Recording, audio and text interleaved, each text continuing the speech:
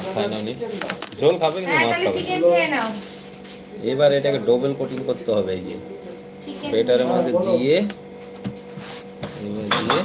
এটা কমপ্লিট, এটা হলো কমপ্লিট।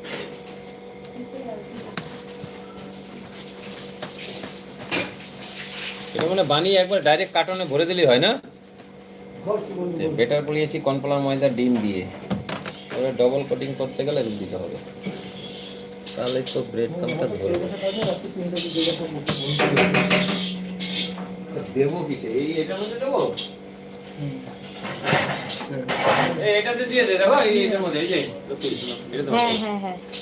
ডবল কোটিং আমি এখানে মশলা বানিয়ে দিয়েছি, তুমি দিয়ে এখানে সাজিয়ে সাজিয়ে রাখো। হ্যাঁ হ্যাঁ, তাহলেই হবে। এগুলো আমি কোনটা করবো? এটাকে ডবল কোটিং করো, কাটিং বোর্ডটা সরিয়ে নাও, ওটা এদিকে কোথাও রাখো,